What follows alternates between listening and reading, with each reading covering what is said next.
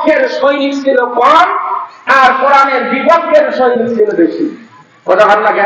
ঠিক। শয়তানের দল হয় বড় আর সৎলোকের আল্লাহর দল হয় ছোট। কথা ভালো লাগে? তার বাস্তব উদাহরণ হলো মেলার মধ্যে লোক বেশি, মাহফিলে লোক কম। কথা ভালো লাগে? আমরা হলো আল্লাহর দল। কার দল? এই কথা বলেন, কার দল? আর মেলার মধ্যে যারা ঘুরতেছে আর বাড়িতে টেলিভিশনের সামনে অনেকদিন পরে বিয়ে আসছে, খালাতো বোন, মামাতো বোন, ফুফাতো বোন আসছে, এদের সাথে যারা বাড়িতে আড্ডা দিচ্ছে, গল্প করতেছে, এরা হলো শয়তানের দল। কার দল? এই অবস্থা বলেন, কার দল? আরেকটা অবস্থা বলেন, কার দল? আমি যে জামাতকে একটা প্রশ্ন করলো সাংবাদিক, কথাটা পরিষ্কার ভাবে শুনেন। আমিরে জামাত, উনাকে প্রশ্ন করা হলো, হুজুর সারা বাংলাদেশে আপনাদের এত জনসমর্থন, এত মানুষ, আপনারা প্রোগ্রাম করলে লক্ষ লক্ষ মানুষ যায়, খিচুড়ির লোভেও যায় না, পোলার লোভেও যায় না, দিন হাজিরার টাকার লোভেও যায় না। অন্য দলের লোকেরা দিন হাজিরার 500 করে টাকা দিয়া লোক পায় না, বিরিয়ানি খায়া লোক পায় না, দলের ভয় দেখায় লোক পায় না। আর আপনারা যেখানে যান সেখানে লক্ষ লক্ষ লোক হয়, তারপরে আপনারা কেন ক্ষমতায় আসতে পারেন না? আমিরে জামাতকে প্রশ্ন করছে একজন সাংবাদিক। আমিরে জামাত উত্তর দিচ্ছেন, ভাই মসজিদের মাইকের আযান তো সবার কানেই যায়, কয়জন মসজিদে নামাজ পড়তে যায়? আওয়াজ তুলে বলেন ঠিক কিনা। সম্মানিত মুসলমান ভাইরা রে আমার, এই জন্য কোরআনুল কারীম থেকে, কোরআনুল কারীমের প্রথম সূরা আল্লাহ তাআলা দিবেন সূরাতুল ফাতিহা। সূরা ফাতিহার পরে একটা সূরা আল্লাহ তাআলা নাযিল করেছেন, যে সূরাটার নাম হলো সূরাতুল বাকারা। একদম পরিচিত আয়াত, যারা কোনো মতো কোরআন শরীফ পড়তে পারেন তারাও জানেন। আল্লাহ রাব্বুল আলামিন প্রথম একদম সূরা বাকারার শুরুতে কয়েকটা শব্দ আমি তেলাওয়াত করেছি। আল্লাহ রাব্বুল আলামিন ডাক দিয়া বলেন, আলিফ লাম মিম যালিকাল কিতাবু লা রাইবা ফীহি। আল্লাহু আকবার। আল্লাহ রাব্বুল আলামিন বলেন, আলিফ লাম মিম হরফে মুকাত্তাত।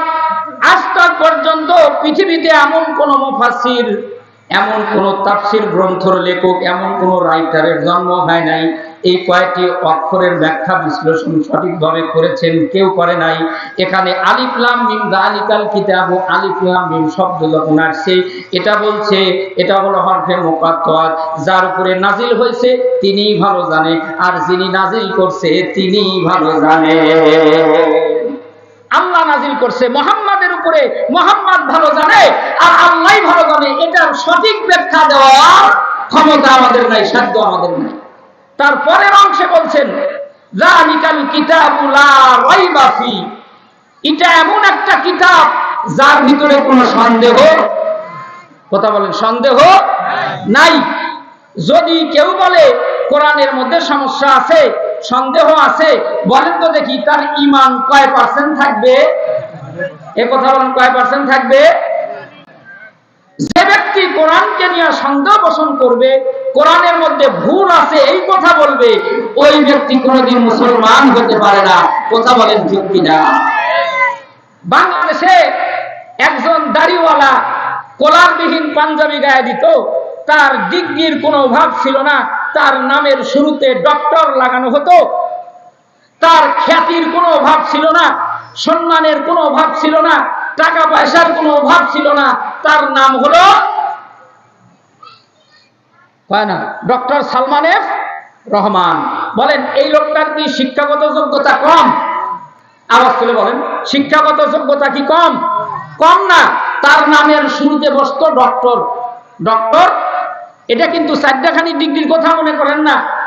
এত বড় ডিগ্রিধারী লোক, স্বৈর শাসক প্রধানমন্ত্রীর হচ্ছে উপদেষ্টা ছিল। হ্যাঁ, যত অবৈধ লেনদেন হতো প্রধানমন্ত্রীর, এই একটা আর এই সুপ্পু আছে, এই সুপ্পু একটা, এই দুইজন মিলে এই কারবারিগুলা করতো। আমার কথা বুঝতে পারছেন কি? এই বাপ্পার মুখে দাঁড়িয়েও ছিল, মাথায় টুপিও পরতো, বড় বড় মঞ্চে যায় শায়েখদের সামনে ভাষণও দিত। কিন্তু এই বাপ্পার বলল কি, যে কোরআনের মধ্যে সমস্যা আছে, কোরআনকে সংস্কার করা লাগবে। বলেন নাউজুবিল্লাহ। আর একটু আস্তে করে কন্যা হুজুবিল্লাহ। কি বলছে আল্লাহ? কয় জালিকাল কিতাব লা রাইবা ফি, আমার কোরআনের মধ্যে সন্দেহ নাই।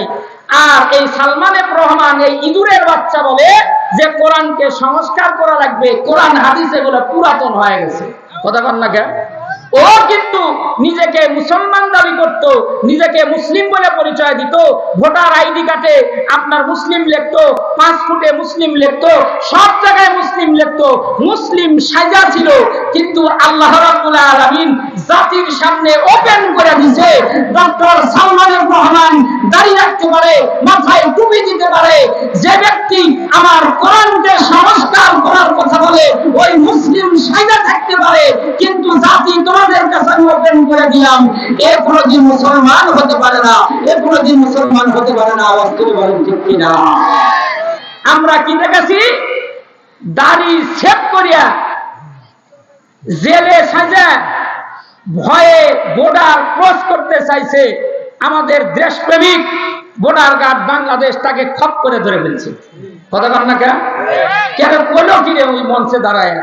আর আল্লাহ ওপেন করে দিল। তো যারা কোরআনের সাথে দুশমনি করবে আল্লাহ তাআলা তাদেরকে এইভাবেই ওপেন করে দেয়। আওয়াজ তুলে চিল্লায় বলেন ঠিক কিনা? এইভাবে যারা কোরআনুল কারীমকে নিয়ে সন্দেহ পোষণ করে এদের কোনো ঈমান নাই। আমাদের দেশে আমাদের ভিতরে যদি কেউ মনে করে কোরআনের বিধান হলো চুরি করলে হাত কেটে দিতে হবে, কোরআনের বিধান হলো জিনা করলে সঙ্গে সার করতে হবে, কোরআনের বিধান হলো একজন যদি হত্যা করে হত্যার পরিবর্তে হত্যা কিসাস আদায় করতে হবে, কোন ব্যক্তি যদি এই বিধানগুলো আয়াতের কথাগুলোকে যদি অবিশ্বাস করে না মানে, তাহলে কোরআনকে নিয়ে সন্দেহ করার না মানা ওই ব্যক্তির সমপরিমাণ। আওয়াজ করে বলেন ঠিক কিনা?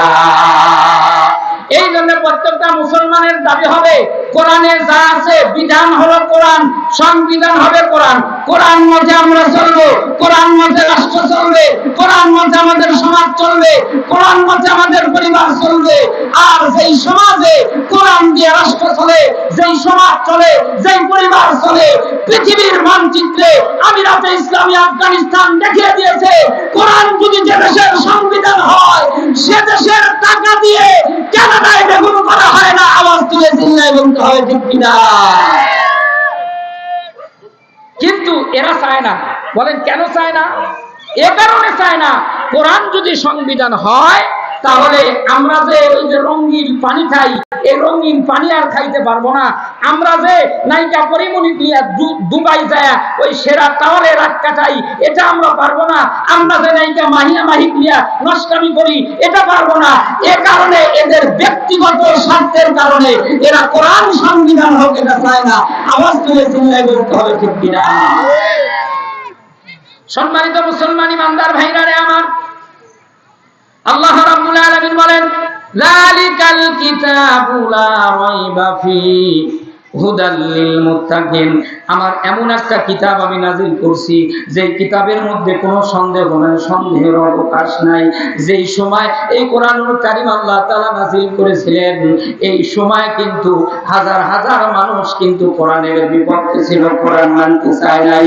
সেই সময় আল্লাহ তাআলা ওপেন করে দিয়েছেন, ওপেন চ্যালেঞ্জ দিয়ে দিয়েছেন, এ দুনিয়ার মানুষ তাওরাত, ইনজিল, জাবুর এমন কি 103 খানা কিতাবকে আমি আল্লাহ তাআলা নাম দিয়েছিলাম কিতাবুল্লাহ, যে কিতাবের ভিতরে পরিবর্তন আনছে।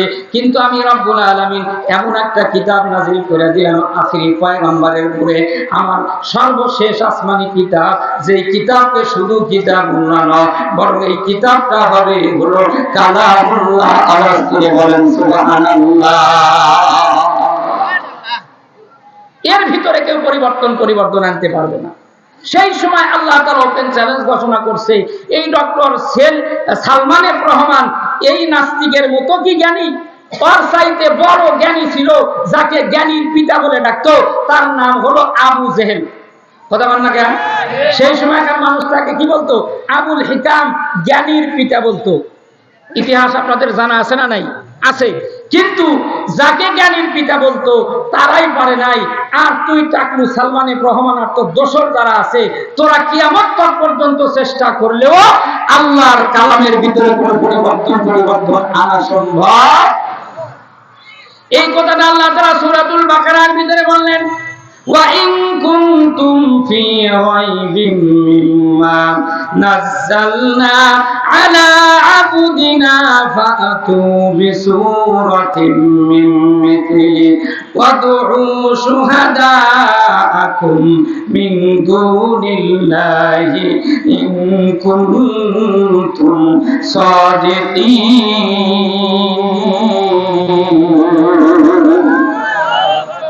এই কথাটা আল্লাহ তাআলা বললেন, আবু জেহেল কেন, তোমরা যারা পৃথিবীতে কোরআনকে নিয়ে সন্দেহ করো, তোমরা যারা বলো এটা হলো মানুষের তৈরি কালাম, আমি আল্লাহ ঘোষণা করলাম লাইসা হাদা কালামুল বাশার, এটা মানব রচিত কালাম না, এটা নাজিল করছে কে? আওয়াজ তুলে বলেন, নাজিল করছে কে? আল্লাহ নাজিল করছে।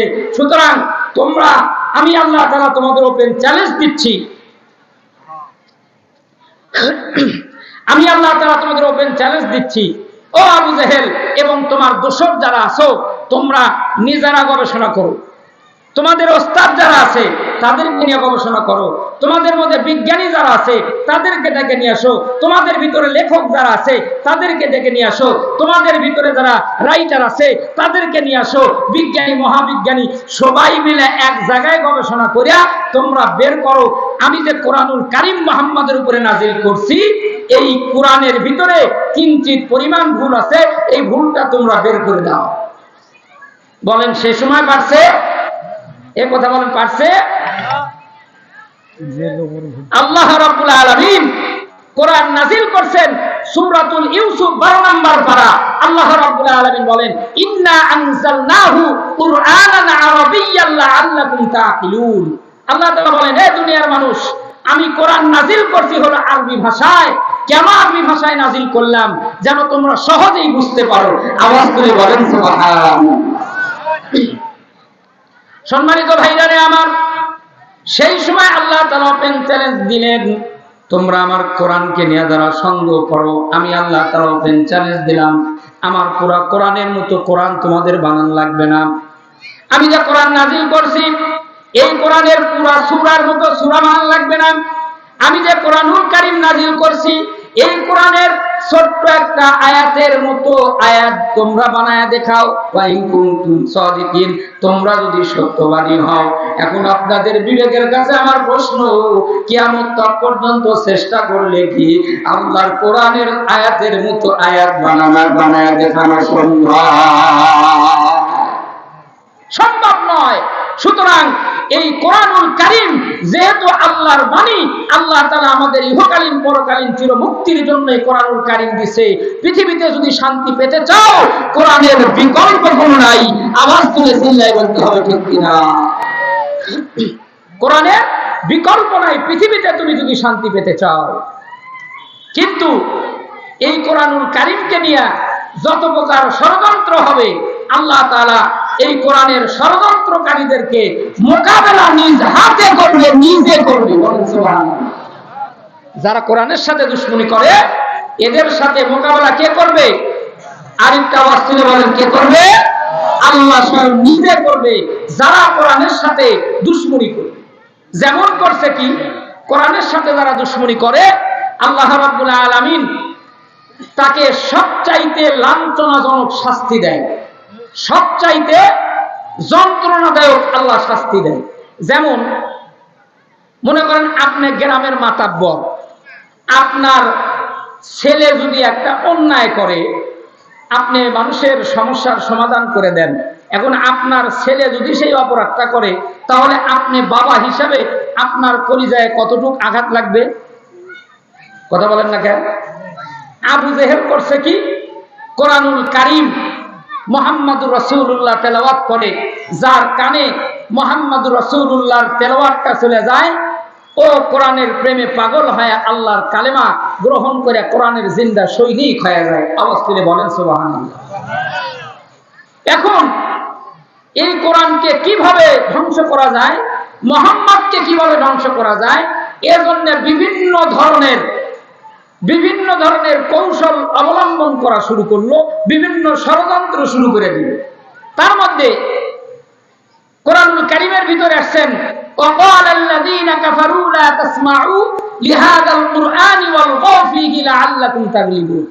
যেখানে কোরআন তেলাওয়াত করবে, কোরআনের কথা বলবে, সেখানে তোমরা যায় গোলযোগ তৈরি করবে, গন্ডগোল সৃষ্টি করবে, মানুষ যেন কোরআন শুনতেও না পারে, মুহাম্মদ যেন তেলাওয়াতও না করতে পারে। এই আইন আর এই পরামর্শ করে সমাজের মধ্যে ছড়ায় দিন।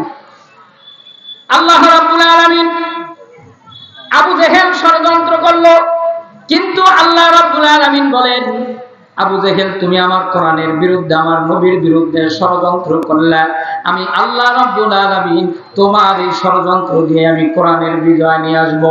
কিভাবে বিজয় নিয়ে আসবে? আল্লাহর বান্দা আবু জেহেল কি করলো?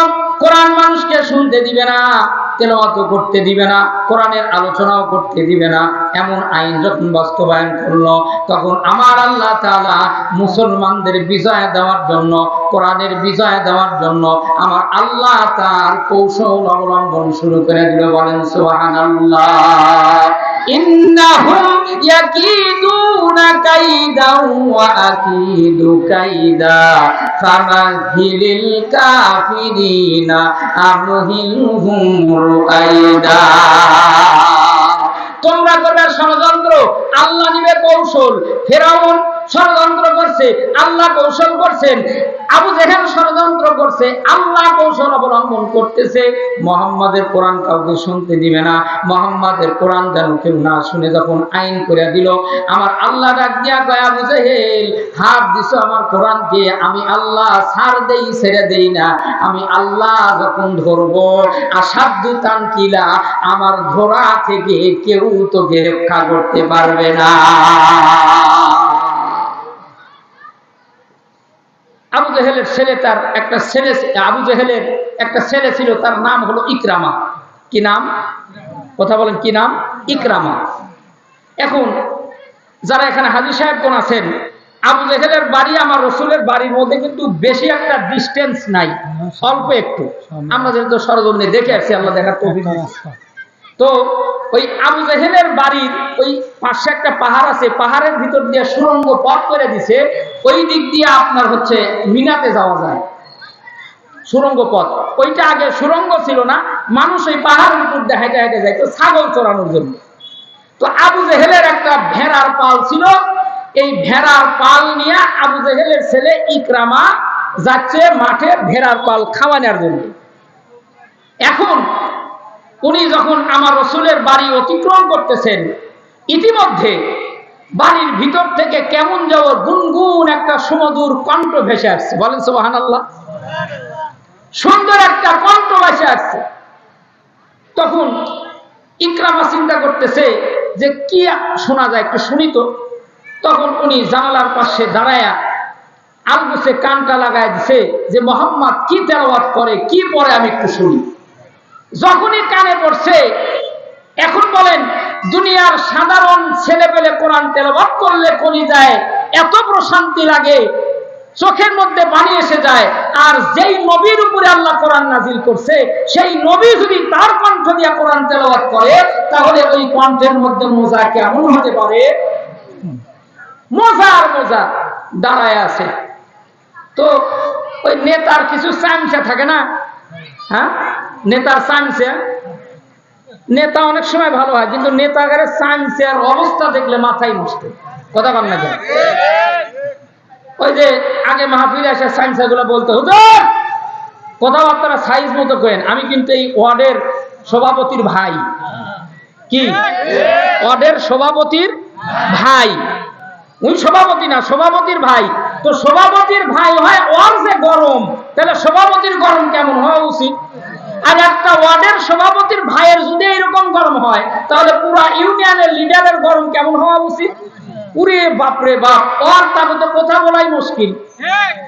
তো এক চামচা যায়া আবু জেহেল করছে, নেতা কালকে আপনি বললেন মুহাম্মাদের কোরআন পড়তেও দেওয়া যাবে না, শুনবারও যাওয়া যাবে না। তো আমি দেখলাম আপনার ছেলে ইকরামা যায় কোরআন শুনতেছে। সাফাগিরি দিস না, আমার ছেলে কোনোদিন যাইতে পারে এরকম বেয়াদব সন্তান আমি জন্ম দিইনি। কারণ একটা শ্বাস দলে যদি ওই দলের একজন থাকে, আর আপনারা যদি 80 জন থাকেন, চোখের ভিতরে আঙ্গুল ঢুকাই দিয়ে দেখাই দিবেন যে তুমি শেষ রাত্রে ফেরেশতার ভোটের মাধ্যম দিয়া তুমি ক্ষমতায় আসছো, দেশে ভোট হয় নাই, আপনি প্রমাণ সহ দেখাই দিবেন রডের বদলে বাঁশ দিচ্ছ, ওরা বলবে এটা মিথ্যা। কথা কয় না? মজা পেলাম না আলোচনা করে? আছে না নাই? এক শাসলে একজন, আপনারা 85 জন, ওর চাপার সাথে আপনি পারবেন না, কারণ শয়তানের চাপা বড় চাপা। শয়তানের চাপা কি? বড় চাপা। আবু জেহেল কয় যে না, এটা হতেই পারে না। পরের দিন আরেকজন এসে বলতেছে, নেতা আপনার ছেলে দেখলাম মোহাম্মদের জানলার ধারের দ্বারা থেকে কোরআন শুনতেছে। দেখ কি কোষে। পরের দিন আবার এসে বলতেছে, 3 দিন বললো, তাহলে একটু দেখা উচিত যে আসলে সত্য না মিথ্যা। এখন যায় দেখে ইকরামা দাঁড়ায় আছে, রসুল ভিতরে কোরআন পড়তেছে। বলেন সুবহানাল্লাহ। আরেকটা আওয়াজ করে বলেন সুবহানাল্লাহ। এখন আবু জেহেল যা এরকম করে ইকরামার হাত ধরছে, ধরে বলতেছে, বাবা তুই কি আমার মান সম্মান রাখবি? এই নেতারা যদি, নেতার ছেলে যদি মোহাম্মদের কোরআন শুনে নেতার আইন না মানে, তাহলে তো এই এলাকায়, এই সমাজে আমার কোনো কর্তৃত্ব থাকবে না, আমার কোনো কর্তৃত্ব নেতৃত্ব কেউ মানবে না। সুতরাং বাবা তোকে করজোরে অনুরোধ, তুই তাড়াতাড়ি মোহাম্মদের বাড়ি থেকে আর তওবা কর, এই মোহাম্মদের কাছে আর কোনোদিন কোরআন শুনতে যাব না। এই কথা কার? হ্যাঁ, আবু জেহেলের। একটু আমরা সামনের দিকে চাপায় বসি এবং রাস্তাঘাটে যারা আমরা আসি দয়া করে একটু আসেন। আর আপনাদের কোনো কিছু বলার থাকলে স্লিপের মাধ্যম দিয়ে বলবেন, ডিস্টার্ব করবে না, ঠিক আছে? এবার আসেন। হ্যাঁ, প্রধান বক্তা আসছে, আলহামদুলিল্লাহ। আপনাদের অসুবিধা নেই, অল্প সময়ের মধ্যে আলোচনা শেষ করব, প্রধান বক্তা আলোচনা করবেন। এবার আবু জেহেল ছেলে নিয়ে আসছে ডাকিয়া যে বাবা এই কাজ করিস না, সমাজ আমার একটা মান সম্মান আছে। ইকরামা বলতেছে, আব্বা আপনি 99টা আদেশ করেন আমি মানবো, কিন্তু আব্বা এই কথাটা আপনি আমাকে বলেন না। কোন কথা? কয় মোহাম্মদের ওই কোরআন শোনা যাবে না, এই কথাটা আপনি বলেন না। কয় কেন? কয় এই কারণ যে আপনি অনেক বড় বড় ঠাকুর নিয়ে এসে আমাদের বাড়িতে পূজা করছেন, অনেক ঠাকুর, অনেক ব্রাহ্মণ আপনার বাড়িতে এসে মূর্তির সামনে কত শ্লোক পড়ছে, আমাদের সামনে এসে মন্ত্র পড়ছে, কিন্তু মোহাম্মদ যে মন্ত্র পড়লো এই মন্ত্রের মধ্যে যেই মজা আছে আপনার ঠাকুরের মন্ত্রের ভিতরে সেই মজা নাই। আওয়াজ তুলে চিল্লায় বলেন সুবহানাল্লাহ। আরেকটা আওয়াজ তুলে বলেন সুবহানাল্লাহ। সম্মানিত মুসলমান ইমানদার ভাইরা রে আমার, আবু জেহেল ডাক দিয়া বলে, বাবা খবরদার খবরদার, এই কথা তোর মুখ থেকে আমি শুনতে চাইনি, এমন কোনো কথা বলবি না বাবা। মুহাম্মাদের কোরআন শুনতে আমি নিষেধ করেছি, আমি নিজে আইন করেছি। সুতরাং তুমি আমার কলিজার টুকরা সন্তান হয়ে যদি কোরআন শুনতে যাও, তাহলে এই সমাজের মানুষ কিন্তু আমাকে মানবে না, আমাকে নেতা হিসাবে মানবে না। সুতরাং বাবা অনুরোধ করছে। পরের দিন আরেকজন এসে বলতেছে, নেতা আপনার ছেলে দেখলাম মোহাম্মদের ওখানে যায় কোরআন শুনতেছে। সুবহানাল্লাহ কোন। এইবার উতবা সাহেব ডাক দিয়া কয়, আমার ছেলের যে ভূত ধরছে, মোহাম্মদের ভূত, এই মোহাম্মদের ভূত মাথা থেকে কেমনে ছাড়াই? বলে মোহাম্মদের ভূত মাথা থেকে ছাড়ানো যাবে, একটা পদ্ধতি অবলম্বন করা লাগবে। ওকে বাড়িতে যাইতে নিয়ে এসে কঠিন শাসন করে। এখন বাড়িতে আসছে, কঠিন শাসন, ধমক, মারপিট, সর থাপ্পড় যা দেওয়ার দরকার, প্রাথমিক যেই আপনার শাসন এটা তার বাপ করছে। পরের দিন আবারও যায় দেখে মুহাম্মদের কোরআন শুনতেছে। বলেন সুবহানাল্লাহ। আবু জেহেল, উতবা সাহেব তার সঙ্গী সাথীদেরকে, পিএস এপিএস অনেক আছে না নেতাগারে, একজন পিএস এর আবার 9 জন দালাল আছে না নাই? একজন পিএস হয়, পিএস এর আবার 9 জন দালাল হয়। নেতার কাছে যাতে লাগলে 9টা দালাল আগে পার দেওয়া লাগে, তারপরে এপিএস এর দেখা পায়, আবার পিএস, তারপরে পিএস এর কাছে আবার ওই যে ফাইলের চাকা না দিলে আর ফাইল করে না, আছে না নাই? অফিসের ফাইলের চাকা হলো মামু। যদি মামু থাকে গড়গড় করে ফাইল বয়ে যায়, আর যদি মামু না থাকে আপনার ফাইলে রুই পোকা ধরে খায়া শেষ করে ফেলাই দিবি। 6 বছরেও আপনার ফাইল এক টেবিল থেকে আর এক টেবিলে যাবে না। কথা কম না দেন। এই চামচাগুলো এখন বুদ্ধি দিচ্ছে, একটা কাম করা লাগবে। কাম কি? ইকরামাকে যদি আপনি মুহাম্মাদের কোরআন থেকে দূরে সরাতে চান, আপনার একটা পদ্ধতি অবলম্বন করা লাগবে। মুহাম্মাদের ভূত যদি মাথার মধ্যে দেখা ছাড়াতে চান, ইকরামাকে ধরে নিয়ে আসা জেলখানার মধ্যে আবদ্ধ করা লাগবে। কি করা লাগবে? ইকরামাকে জেলখানার ভিতরে আবদ্ধ করা লাগবে।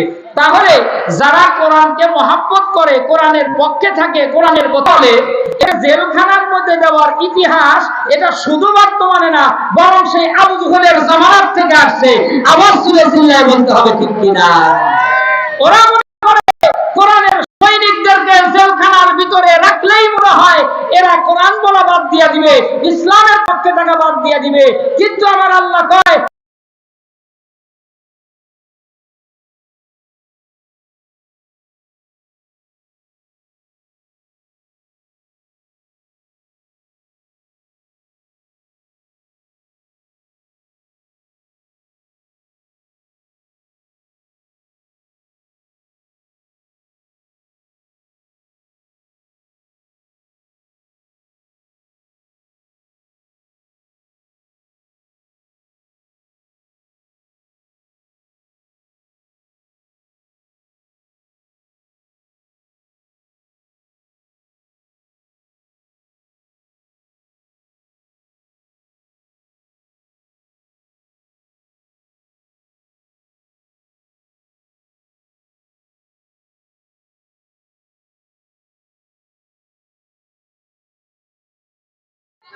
ইকরামাকে কি করে জেলখানার মধ্যে দেওয়া হলো কয়েকদিনের জন্য? 3 দিনের জন্য জেল দেওয়া হলো। কয়েকদিন?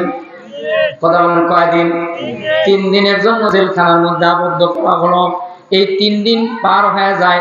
এবার ইকরামার কাছে লোক পাঠায় দিয়েছে। হাজার হলেও বাবা, সন্তান যদি বিপদে থাকে, যত বড়ই পাষাণ বাবা হোক না কেন, সন্তানের বিপদের কথা শুনলে বাবা নিজের সম্পত্তি বিক্রি করতেও কিন্তু দ্বিধা করে না। হাজার হলো তো সন্তান 3 দিন হলে জেলখানার ভিতরে, মনের মধ্যে কষ্ট। উতবা সাহেবাকে ডাক দেয়া বলে, উতবা, আমার সন্তানটার খবর একটু নিয়ে আয়, আমার সন্তানের কি অবস্থা। এইবার উতবা জেলখানার গেটের সামনে যায়, দাঁড়ায় দেখে 3 দিন হলে যে খাবার গুলা দিছে, খাবার পরিবেশন করছে, ইকরামা 1 লোকমা খাবার 3 দিন খায় না। নেতাজি, 3 দিন যে খাবার পেলাম, 1 লোকমা খাবার কিন্তু আপনার সন্তান গ্রহণ করে নাই, খায় নাই। আবু জেহেলের মনের মধ্যে আগুন আরো জ্বলে উঠছে। হাইরে, 3 দিন হলে আমার সন্তান অনাহারে আছে, না খায় আছে, আমি বাবা হিসেবে এটা কেমনে সহ্য করি। উতবা সাহেবাকে ডাক দেয়া বলা হলো, আমার সন্তানকে জেলখানার থেকে ফিরায় নিয়ে আসো। উতবা সাহেবা ডাক দেয়া বলে, নেতা, এই মুহূর্তে যদি আপনার সন্তানকে জেলখানার থেকে বের করে নিয়ে আসেন, আপনার সন্তান আবার মুহাম্মাদের কোরআন শোনার জন্য যাবে। আর মুহাম্মাদের কোরআন যদি শোনার জন্য যায়, এই সমাজে কিন্তু আপনার নেতৃত্ব থাকবে না, সমাজে আপনার মান সম্মান থাকবে না। তাহলে কি করি? বা জেলখানার মধ্যে যায় ভালো করে একটু বুঝায় তুই আসি। আর এই 3 দিনের কাছে জেলখানার মেয়াদ বাড়ায় 7 দিন করা হোক। এইবার 7 দিন জেলখানার মেয়াদ করা হলো ভাইজান। এইবার 7 দিন জেলখানার মেয়াদ করে দিয়া উতবা সাহেবা 2 জন, একজন ডান মোড়া একজন বাম মোড়া বসিয়া এবার ইকরামাকে ডাক দেয়া বলতেছে, বাবা ইকরামা, তুমি হলে রাজার ছেলে, এই দেশের প্রেসিডেন্ট হলো তোমার ছেলে, তোমার বাবাকে আমরা হলো নেতা মানি, তুমি নেতার ছেলে, তুমি নেতার ছেলে, তুমি নেতার মতো ঘুরবে, যেখানে খুশি সেখানে যাবে, যা ইচ্ছা তাই করবে। কিন্তু তুমি নেতার ছেলে হওয়ার পরেও এই জেলখানার মধ্যে এই কষ্টে অনাহারে মশার কামড়ে তুমি কষ্ট করো কেন? তুমি এই মুহাম্মাদের কথা বাদ দাও, মুহাম্মাদের কোরআন বাদ দিয়া দাও, দিয়া তোমার বাবার পথে ফিরে আসো, বাবার কথা মানে নাও, তাহলে তোমাকে আর জেলখানার মধ্যে থাকা লাগবে না। ইকরামা ডাক দিয়া বলে,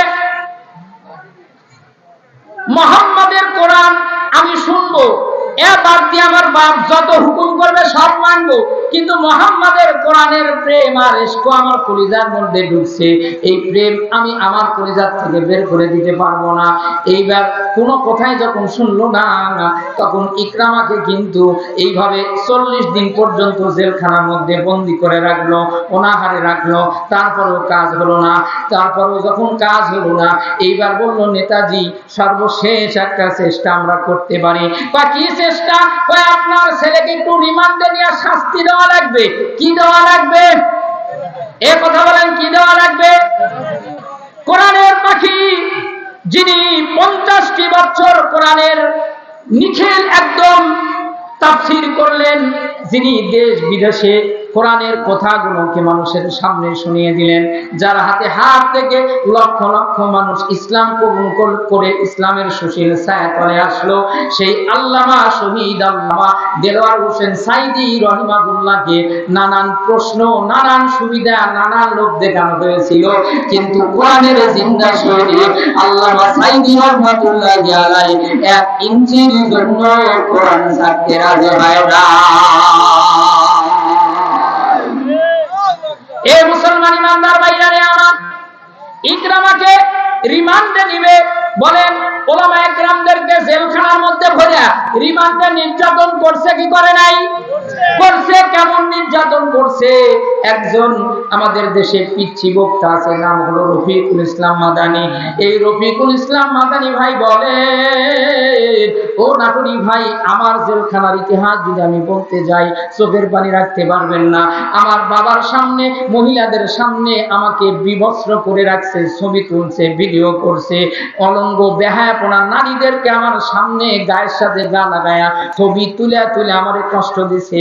আমাকে যখন অলঙ্গ করেছিল, উলঙ্গ করেছিল, সেই সময় রবের কাছে একটা দোয়া করেছিলাম, ওগো মালিক, তুমি যদি সত্য হও, তোমার কাছে আমি দরখাস্ত করি, আমারে যেইভাবে উলঙ্গ করলো, লেংটা করে দিয়ে আমার ছেড়ো, আমার ইজ্জতটা নষ্ট দিল, ওগো মালিক, তোমার কাছে দোয়া করি, এই মির্জাফর হারুন না, একেও যেন জাতির সামনে উলঙ্গ করা হয়। মাসলুম আল-আমিন রফিকুল ইসলাম মাদানীর জেলখানার দোয়াকে আল্লাহ তাআলা ডাইরেক্ট কবুল করেছে। 3 মিনিটের ভিডিও দিয়া এই 3 ইঞ্চি হাউল আঙ্কেলকে জাতির সামনে ওপেন করে দিয়েছে। আওয়াজ তুলে চিল্লাই বলতে হবে, ঠিক কিনা? শহীদ আল্লামা দেলোয়ার হোসেন সাঈদী রহিমাহুল্লাহ যত কথা বাংলার জমিনে বলে গেছে, তিনি যে বাংলাদেশের এই শতাব্দীর সবচেয়ে বড় ওলি ছিলেন, তিনি যে এই শতাব্দীর সবচেয়ে বড় মুজাদ্দিদ ছিলেন, তিনি যে এই শতাব্দীর সবচেয়ে বড় মুফাসসির ছিলেন, তিনি যে একজন খাঁটি আল্লাহর ওলি ছিলেন, এর মধ্যে কোনো সন্দেহ নাই। তার মৃত্যুর পরে আমরা দেখতেছি তার প্রত্যেকটা ভবিষ্যৎবাণী, প্রত্যেকটা কথা জাতির সামনে 100% সত্যে রূপান্তরিত হয়েছে।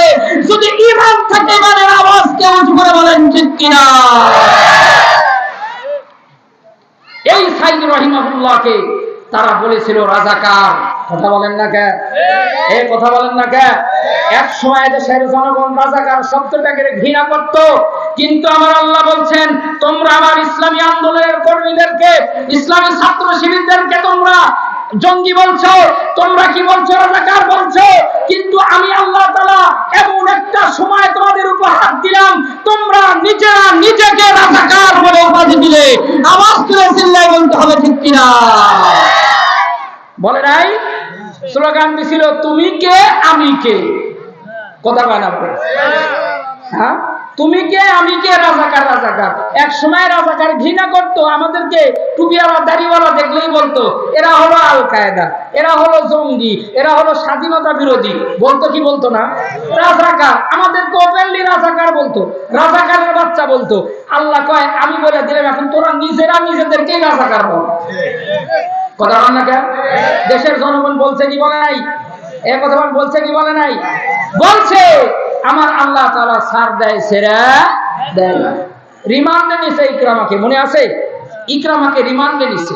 রিমান্ডে নিয়া মাথা হলো নিচের দিকে, পা হলো উপরের দিকে, লটকায়া 2 মুরাদ থেকে উতবা সাহেবা লাঠি দিয়া পিটন শুরু করছে, বাড়ি শুরু করছে, পুরা শরীরটা রক্তাক্ত হয়ে গেছে।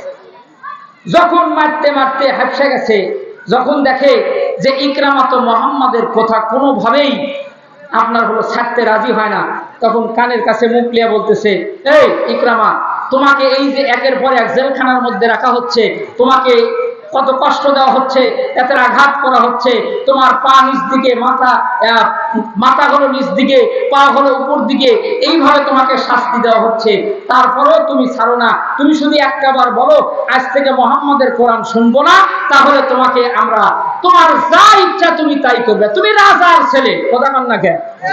হ্যাঁ, তুমি রাজার ছেলে, তুমি অবৈধভাবে সন্তান জন্ম দিবা, তোমার অপরাধ না। বিয়ার 3 মাস পরে আমি 7 মাসে পথি। ইতিহাস আমাদের বাংলাদেশে হয়েছে কি হয় নাই? এই কথা বলা হয়েছে কি হয় নাই? ওই যে আমাদের দেশে একটা লুচ্চা আছে, সাকিব খান আছে না, যে যা তার পেট মোটা হয়ে যায়, কাজে ও বগুড়ার জামাই। দেখছেন তো, আমার ভাইরা ভাই হয়ে যাচ্ছে, কথা কন না কেন? আমার বগুড়ার বলে জামাই, আপনাদের বগুড়ার জামাই। কেউ ফিরে না খালি পেটে সাকিব খানের দরবার থেকে, বুঝেননি?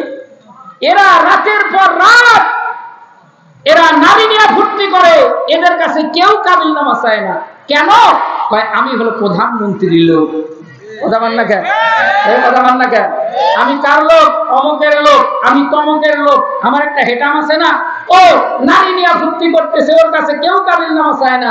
আর মৌলানা মামুনুল হক শাইখুল হাদিস ইবনে শাইখুল হাদিস, উনি যে আপনার বেসটে গেছে, নিজের আপনার স্ত্রী, হালাল স্ত্রীকে নিয়ে, তাকে কি করা হলো? তাকে যা জিজ্ঞেস করা হলো কাবিল নামা দেও, কথা বল না কেন? এদেশে আমি বলি কুত্তা লীগ, সন্ত্রাস লীগ, যাদেরকে অবৈধ ঘোষণা করা হয়েছে, এই কুত্তা লীগের, ছাত্রলীগের আর কুত্তা লীগের লোকেরা নারী ধর্ষণ করে, সেঞ্চুরি পালন করে, ঢাকা বিশ্ববিদ্যালয়ের মতো পবিত্র স্থানে এরা কেক কেটে যখন সেঞ্চুরি পালন করে, তাদেরকে কেউ কিছু বলে না, তাদের কাছে কাবিল নামা চাওয়া হয় না। আর এদেশে যুগ শ্রেষ্ঠ আলেম দ্বীন আল্লামা দেলোয়ার হোসেন সাঈদীকে স্বাধীনতার সময় ধর্ষণ করেছে, ধর্ষণ মামলা দেওয়া হয়েছে। আওয়াজ তুলে চিল্লায় বলতে হবে, ঠিক কিনা?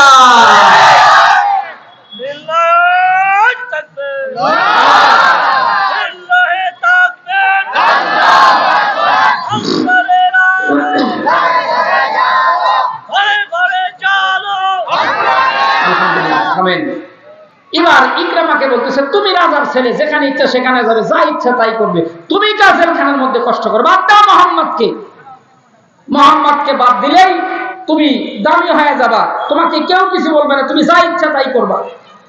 তারা কি মোহাম্মদকে বাদ দিছে? ইকরামার উত্তর কি শুনেন।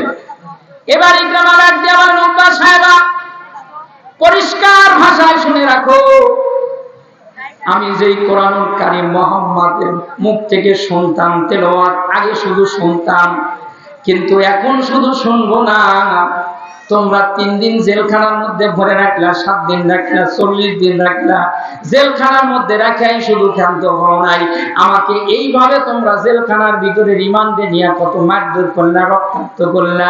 আজকে পরিষ্কার ভাষায় ওপেন ঘোষণা করে দিলাম, এতদিন ইসলাম কবুল করতে চাই না, আজকে ঘোষণা দিলাম, জীবনে কোনোদিন যদি ছাড়া পাই, তাহলে মুহাম্মাদের হাতে হাত রেখে কালেমা পড়ে মুসলমান হয়ে কোরআনের জিন্দা সৈনিক হয়ে যাব। বলেন মারহাবা, আর একটু চিল্লায় বলেন মারহাবা। সোনার মদিনা কেন এত দূরে, রওজা মাদিনা কেন এত দূরে, বলেন সোনার মদিনা কেন এত দূরে, রওজা মাদিনা কেন এত দূরে, আমরা কবে যাব, আমরা কিভাবে যাব, বলেন আমরা কবে যাব, আমরা কিভাবে যাব, প্রিয় নবীজি রওজা পাকে, প্রিয় নবীজি রওজা পাকে। আল্লাহু আকবার, আরে দাওয়াত ছিল আল্লাহু আকবার। হে মুসলমান ইমানদার ভাইরা, পরিষ্কার ভাষায় কয়েকটি কথা বলে যাই। আমি আজকে যদিও আপনাদেরকে বিস্তারিত আলোচনা আলোচনা করে শোনানো সম্ভব হবে না, তবে যতটুকু সময় পাই বিষয় ভিত্তিক কোরআনের মহব্বত কি জিনিস, কোরআনকে ভালোবাসলে কি হয়। ইকরামা ডাক দিয়া বলে, এতদিন শুধু শুনেছি ইসলাম কবুল কোরআন কথা বলে নাই, কিন্তু এখন ঘোষণা দিলাম যতই দিন জেলখানার মধ্যে আবদ্ধ করে রাখবো, যদি কোনোদিন সুযোগ পাই কালেমা পড়ে মুসলমান হয়ে কোরআনের জিন্দা সৈনিক হব। ইসলামী আন্দোলনের কর্মীরা যখন রাস্তায় নামে ধরে নিয়ে যায় জেলখানার মধ্যে হয়, আগে ছিল ঈমান হলো 3%, জেলখানার থেকে বের হওয়ার পরে ঈমান হয় 10%, আবার তুমি জেলখানা দাও 20%, এইরকম করতে করতে জেলখানার থেকে ইসলামী আন্দোলনের কর্মীরা 100% ঈমান নিয়ে বের হয়। আওয়াজ তুলে বলেন ঠিক কিনা? ইকরামা বলে, যদি ছাড়া পাই কালেমা পড়বো। এবার তো মাথা নষ্ট, আগে তো শুনতো, এখন তো কালেমা পড়বে, বুদ্ধি কি? নেতাকে যায় বলে, নেতা আপনার ছেলেকে জেলখানার মধ্যে আবদ্ধ করে রাখার পরে এত মারধর করার পরে মোহাম্মদের ভূত ছাড়াইতে পারলাম না, বরং খবর আরেকটু খারাপ হয়ে গেল। কি খবর? এতদিন ইসলাম কবুল করতে চায় নাই, এখন ইসলাম কবুল করতে চায়, মুসলমান হতে চায়। এইবার ডাক দেয়া বলে, আমি আগেই বলছিলাম আমার সন্তানকে তোরা ছাইরা দিসনি, তোদের কথা শোনার কারণে আমার অনেক বড় অন্যায় হয়ে গেছে। উঠবা সাহেব, নেতা টেনশন করেন না নেতা, আমরা তো আছি, ওর ভিতর থেকে মোহাম্মদের ভূত ছাড়াবো, তারপরে ছাড়বো। কি করবি এবার? কয় আমরা গোপনে গোপনে 3টা প্রশ্ন জোগাড় করছি। কয়টা প্রশ্ন? আওয়াজ ছিল বলেন, কয়টা? 3টা প্রশ্ন মোহাম্মদের কাছে করব। মোহাম্মদ যদি এই 3টা প্রশ্নের উত্তর দিতে পারে তাহলে বুঝবো যে মোহাম্মদ হলো সত্যকার নবী, আর যদি উত্তর না দিবার পারে তাহলে বুঝবো মোহাম্মদের নবুয়তের দাবি হলো মিথ্যা। কয় যে এটা কে করবে? কয় আপনার ছেলের কাছে যায় বলবো, বাবা তুমি যে মোহাম্মদের জন্য পাগল, তুমি যে মোহাম্মদের কোরআনের জন্য পাগল, মোহাম্মদের কোরআন যে সত্য এটা কি তুমি যাচাই করছো? মোহাম্মদের ধর্ম যে সত্য এটা কি যাচাই করছো? মোহাম্মদ যে সত্যকার নবী এটা কি যাচাই করছো? কয় নাটক করি নাই। কয় তাহলে যাচাই করার দরকার আছে না নাই? হ্যাঁ আছে। কয় তাহলে আমরা 3টা প্রশ্ন শিখাই দেই, এই 3টা প্রশ্ন যায় মোহাম্মদকে করবা, মোহাম্মদ যদি এই 3টা প্রশ্নের উত্তর দিবার পারে তাহলে তুমি বুঝবে না মোহাম্মদ সত্যকার নবী, মোহাম্মদের কিতাবও সত্য, এবং তুমি মোহাম্মদের কোরআন শুনবে, আমাদের কোনো আপত্তি নাই। এখন বলেন এই 3টা প্রশ্ন আমরা শুনবো কি শুনবো না? কারা কারা শুনবে না হাত তুলেন। হ্যাঁ সবাই শুনবে, হয়তো পিছনের লোক কিন্তু হাত তুলেনি, মামা তুলছে? হ্যাঁ পিছনের লোক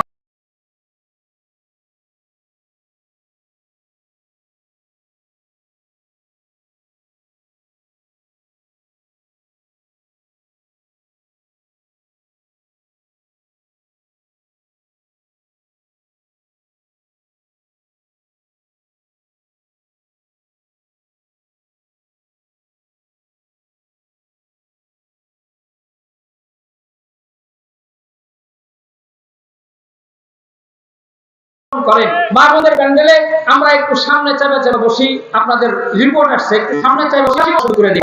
কারা 3টা প্রশ্ন শুনবি, 2খানা করে হাত তুলবো, পারবো? 2খানা হাত ছড়ান করে এইভাবে যখন তাকবীর দিবেন তখন হাত উপর মুখে মারবেন, সামনের দিকে মারবেন না। সামনের দিকে মারলে আরেকজনের চাপ আপনাকে চাপার দাঁত কিন্তু খুলে দেবে। কথা বল না কেন?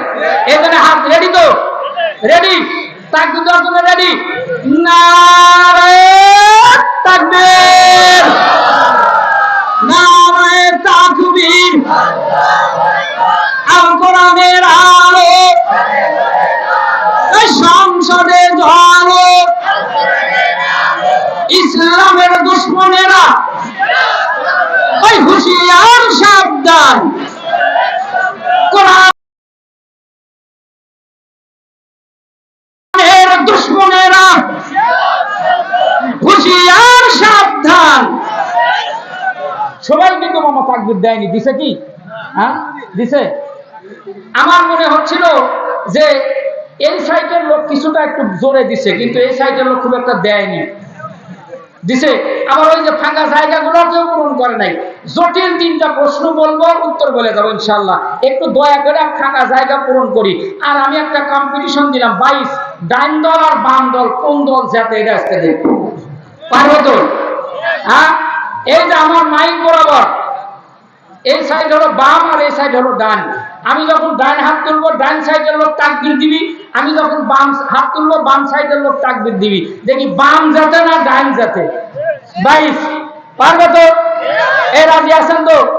আমি যখন বলবো লেটস গো তখন শুরু করবেন, পারবেন? এই ডান গ্রুপ রেডি? রেডি আছেন? হাত তোলেন। রেডি আছেন? রেডি। বাম গ্রুপ হাত তোলেন। রেডি আছেন? রেডি।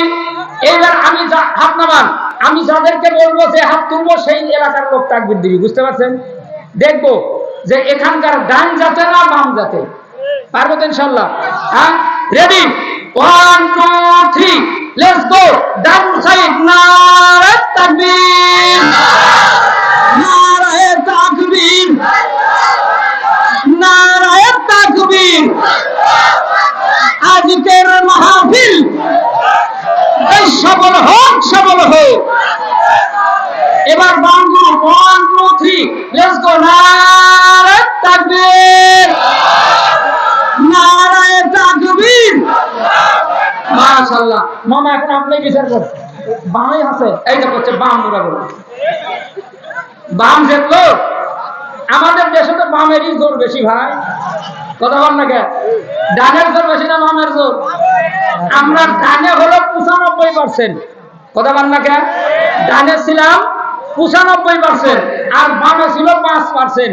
ওই 5% আমাদের মাথার উপরে কাঁঠাল ভেঙে খাচ্ছে, আমরা পড়ার পারিনি। এই কথা বল না কে? 16 বছর আমরা বলতে পারছি, এখন সুযোগ আছে না নাই? ও যতই বলুক ফট করে ঢুকবো, আমরাও করছি আয়, কথা বল না কে? আমরাও তো চাচ্ছি আয়, এতদিন কয়েক আছো খেলবো, আমরা তো রেডি হয়ে আছি আয়, কথা বল না কে? যারা বলা খেলতে রাজি, এবার দেখবো কাজী খেলা, কথা বলো খেলা হবে, হবে কি হবে না?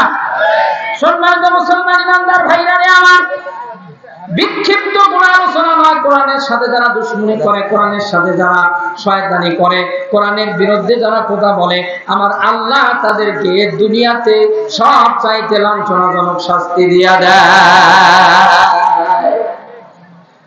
ইকরামার কাছে এখন আবু জেহেল ডাক দিয়ে কয়, তোদের মাথা খারাপ হয়ে গেছে?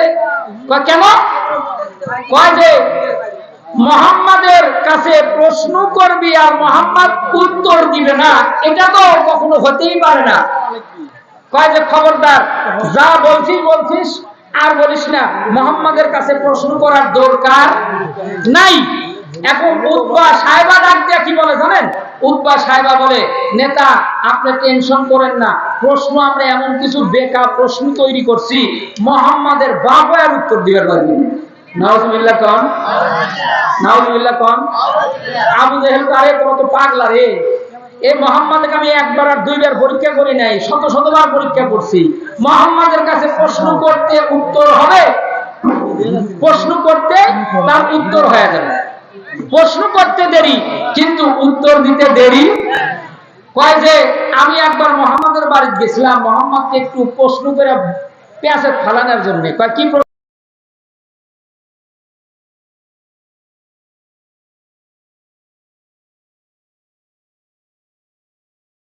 আসি? বাবা আসো কালেমা পড়ে মুসলমান হব। আবু জেহেল কালেমা পড়ে